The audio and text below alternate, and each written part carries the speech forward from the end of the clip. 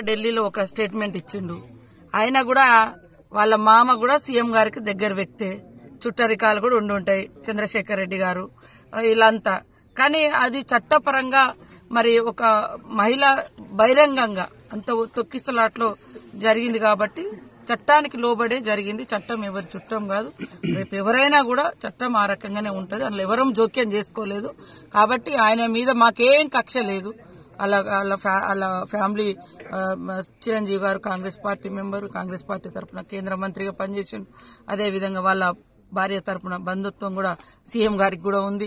మరి ఇవన్నిట్లో మాకు అంత కక్ష పెట్టుకోవాల్సిన అవసరం అయితే లేదు. అది పోలీసు యాక్ట్ ప్రకారం, చట్టం ప్రకారం వాళ్ళు చేసుకున్నారు. ఢిల్లీలో ఒక స్టేట్మెంట్ ఇచ్చిండు.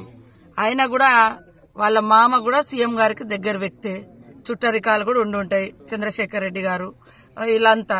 కానీ అది చట్టపరంగా మరి ఒక మహిళ బహిరంగంగా అంత తొక్కిసలాట్లో జరిగింది కాబట్టి చట్టానికి లోబడే జరిగింది. చట్టం ఎవరి చుట్టం కాదు. రేపు ఎవరైనా కూడా చట్టం ఆ రకంగానే ఉంటుంది. అందులో ఎవరం జోక్యం చేసుకోలేదు. కాబట్టి ఆయన మీద మాకేం కక్ష లేదు.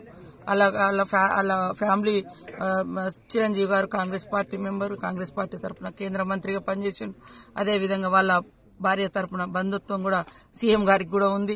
మరి ఇవన్నిట్లో మాకు అంత కక్ష పెట్టుకోవాల్సిన అవసరం అయితే లేదు. అది పోలీసు యాక్ట్ ప్రకారం, చట్టం ప్రకారం వాళ్ళు చేసుకున్నారు. అసలైన తొలి వెలుగు. ఫాలో వాట్సాప్ @తొలి వెలుగు official.